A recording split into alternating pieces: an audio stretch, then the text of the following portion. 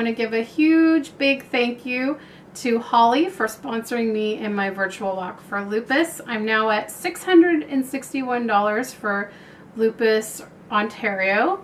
So thank you so much for that. And if any of you guys want to sponsor me and help me reach my goal of $1,000 for lupus, you have 2 weeks left, guys. 2 weeks left to sponsor me.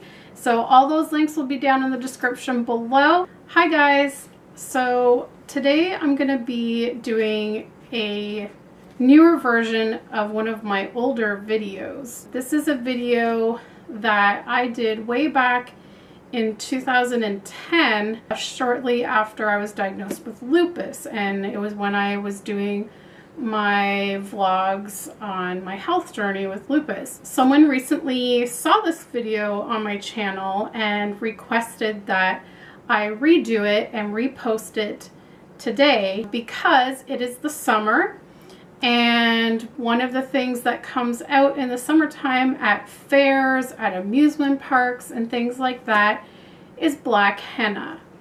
And so they wanted me to put this video out again to get the warning out to more people. So big thank you to that person for bringing this idea to me to redo this video. I think it was a wonderful idea, and hopefully it will be a success. So basically what I want to get into right off the bat is this is about the dangers of black henna tattoos.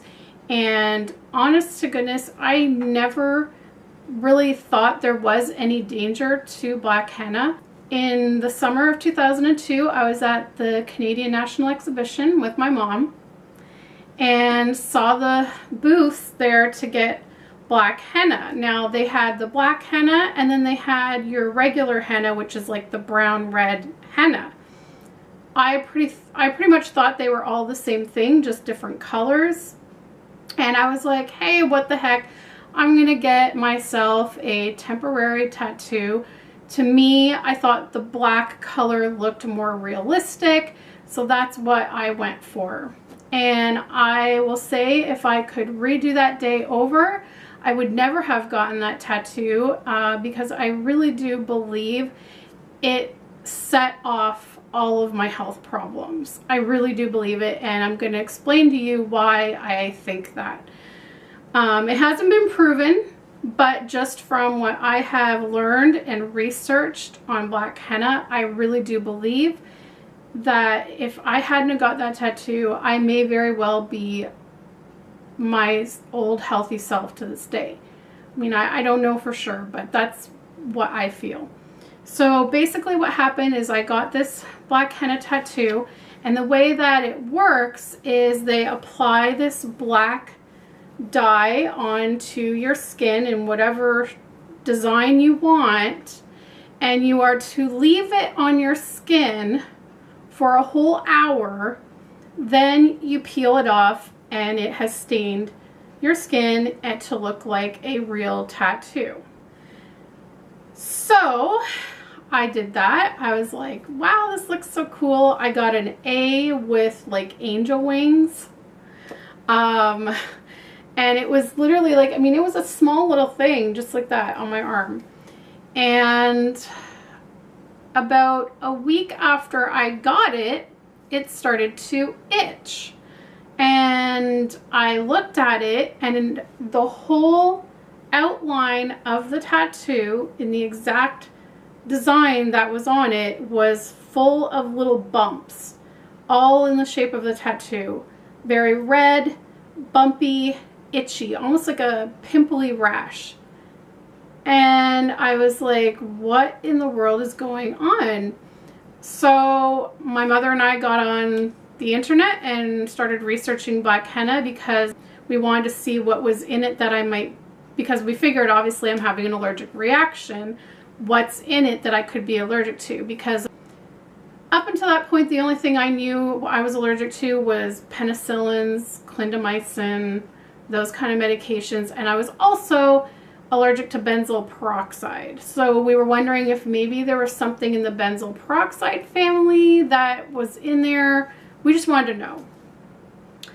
Well, the information that we found online was very startling, talking about how black henna contains a chemical called paraphenyldiamine, which we call PPD for short, because it's a lot easier to say. And basically what that is it's a chemical that's found in hair dyes. And the reason it's so dangerous to be in black henna versus hair dye, I mean, a lot of people are allergic to hair dye because of it, but in black henna, it uses a higher concentration of the chemical, and it's on your skin for a lot longer. So therefore, it allows that chemical to go through your skin, into your body, into your bloodstream, and it can cause utter havoc on the body, depending on the person. Everyone's different. You know, some people may not have a reaction at all. Some may just get the little initial rash that I got. Others may have horrible reactions. Some people can get scarring in the shape of the tattoo. So it ends up being a permanent tattoo in a sense, because you get a scar in the whole design of the tattoo. Also, some people actually get skin burns from it. So there's all different things that can happen. And so basically what happened with me, like I said, I got the little rash and I went to the doctor immediately. He had never heard of black henna allergies or anything of that sort. And this became our number one problem, was that there was not a lot of doctors that knew about this, that knew about PPD, that knew about the allergies to black henna. So the doctor just gave me a cream for contact dermatitis, said, put the cream on, it should clear it up. It's an allergy. So went home, did the cream. Next morning, I woke up covered from head to toe in full-on hives all over my body that were burning and were itching. And these hives continued 24/7, nonstop, for almost a full year before we found a dermatologist that actually knew about black henna. And the way that we found him was, well, my mother was very, very proactive, and she wanted to find someone that knew about black henna and about PPD. And she started to go on to websites and forums where people were sharing their experiences with black henna and what they encountered and what they've endured. And I mean, there was an array of things: people getting sick, people having their livers and kidneys affected, people having hives, anaphylactics. I mean, an array of stuff. And basically, her communicating through various avenues on the internet, she was contacted by CBC, which is a news channel here in, well, it's a television network in Toronto or Canada. And they have a show called Marketplace where they investigate various businesses that are kind of shady. So they contacted us saying that they were going to be doing an episode about black henna and the dangers of it. And they had another boy who had had a horrible reaction as well. But what happened with him was he didn't get the initial reaction to the black henna tattoo. He was fine with that, but a few years later he went to dye his hair and had his whole body swell up because he had already been sensitized to the PPD through the henna, and now was having, you know, re-exposure with the hair dye and had this horrible reaction. So they came and they interviewed my mother and I for the show, and then they interviewed this boy. So through them, they actually connected me with a dermatologist that knew about the black henna because they were actually interviewing him as well. So finally, you know, like, because I had literally been to doctor after doctor. I was seeing doctors several times a week. I went to an allergist. I went to a dermatologist, endocrinologist. That's when I was diagnosed with my thyroid problem as well, because my body swelled up so much that I gained 30 pounds in a matter of 2 or 3 weeks, I believe it was. And I had always been super skinny. So that was weird. So then I was diagnosed with hypothyroidism. They also discovered my irregular heartbeat that apparently at the time was so bad I could have gone into cardiac arrest had they not put me on medication right away. So that was going on with that too. I had the sensation of bruising. I didn't have bruising, but I felt like my ribs were bruised. I felt like my top part of my arms were bruised, my shins. Just to touch them like that was very painful. I started getting horrible acid reflux, and it didn't matter what I ate or didn't eat. I would have it even if I had an empty stomach. There was just so many things, like, and the hives were just constant. So, like I said, after seeing doctor after doctor, I even saw a rheumatologist, I saw respirologists, pretty much like every doctor you can think of. I was going for CAT scans, CT scans, MRIs, x-rays, lung scans, blood work. Like every week I was going for blood work. It was just craziness. And no one knew anything about black henna. No one knew anything about PPD. No one could figure out any of my symptoms or what was causing them. Allergists tried different allergy medications. Dermatologists tried different creams and allergy medications, and nothing was getting rid of the hives. So, like I said, we finally got this doctor, another dermatologist, and he knew all about this stuff. And so he did what's called a European standard patch test on my back, where he tested me for all kinds of things like penicillin, clindamycin, because we wanted to get those checked again to see if I was still allergic to them or not, and all these different chemicals, including PPD. And sure enough, the PPD came up as an allergy. So did all of those medications that I was sure I was allergic to, and pretty much proved that I was.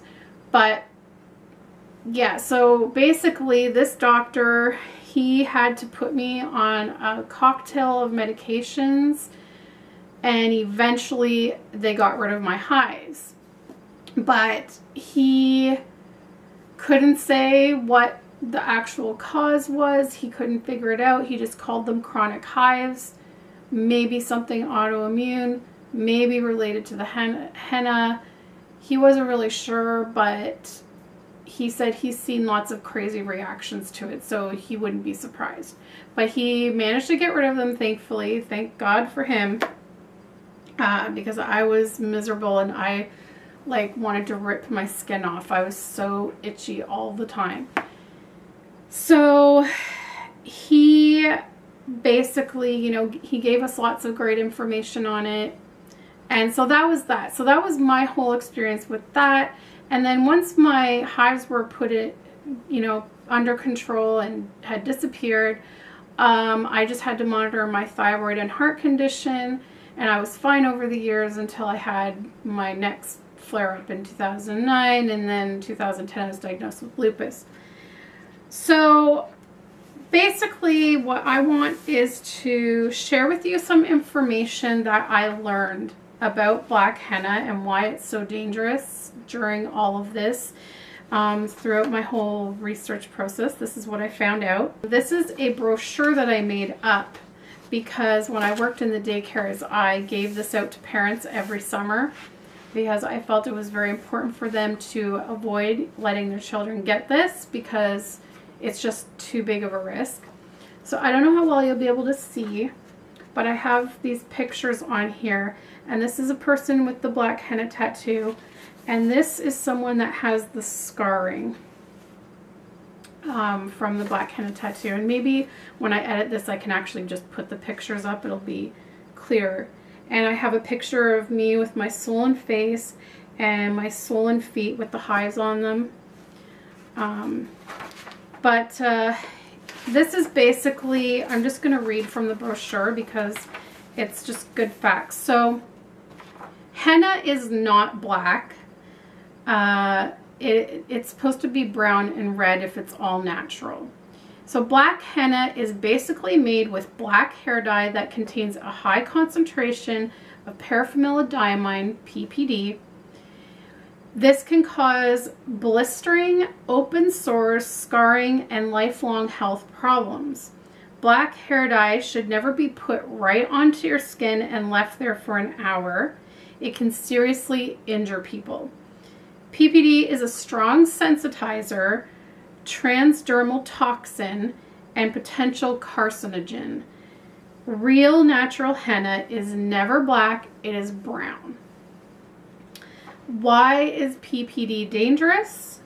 It's a strong sensitizer, as is bee venom and poison ivy. So they kind of equate it to that kind of sensitization.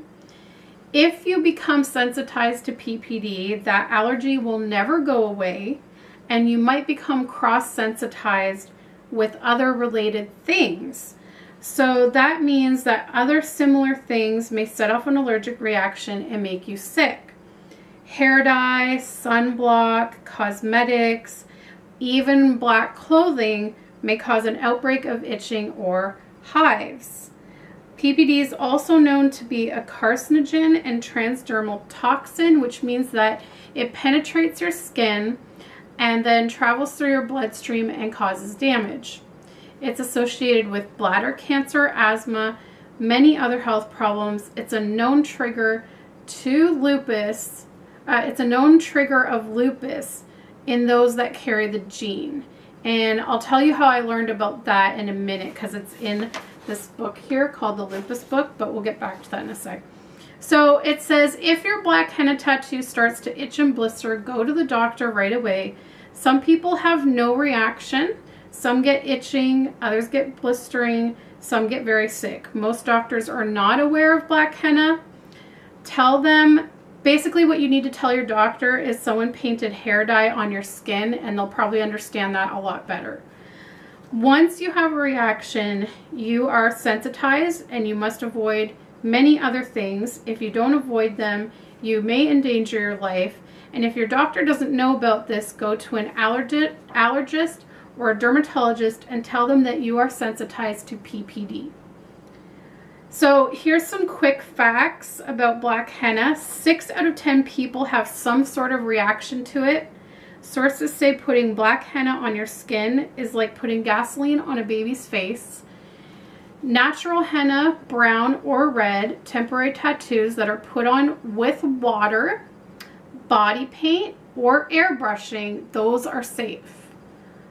If you think you've had a reaction to PPD, find a dermatologist that can do a European standard patch test to check for PPD allergies. Some people may not have a reaction the first time, but may have a reaction the next time they get black henna. Some people may not get a reaction when they get black henna, but years later they may then dye their hair and have a bad reaction. Some people may never have a reaction to black henna, but in the future may have other health problems from the PPD, but they wouldn't really think to link it to that tattoo because it's so many years later. All black henna contains PPD. It's what gives it the black color. So you can't have black henna without PPD. Therefore, any vendor that tries to tell you that their black henna doesn't have PPD in it are lying, because it's impossible. At least from my research that I did, it's impossible. Some who have had a reaction may see the outline of their tattoo when they're in the sunlight for long periods of time in the future. Pregnant women and especially young children should not get black henna. Black henna has a much higher concentrate level of PPD than hair dye, and due to this, more cases of PPD allergies will appear in the years to come as more people get black henna without knowing the risks. Here in Canada, Health Canada has banned the use of PPD in black henna, but like I said before, you can't get the black color in black henna without PPD. So if there's any vendors out there in Canada that are doing black henna, then they're lying. They have to be. Black henna should be banned completely.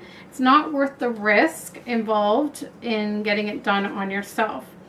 Now, these are possible effects from black henna: contact dermatitis, raised red rash often appearing pimply on the site of the tattoo in the shape of the tattoo. This is the most common reaction, and it usually starts within 3 to 13 days after getting the tattoo. Mine was exactly a week after. Scarring in the shape of the tattoo that often looks like a burn, or a white ghost of the tattoo design. Those are the most common reactions.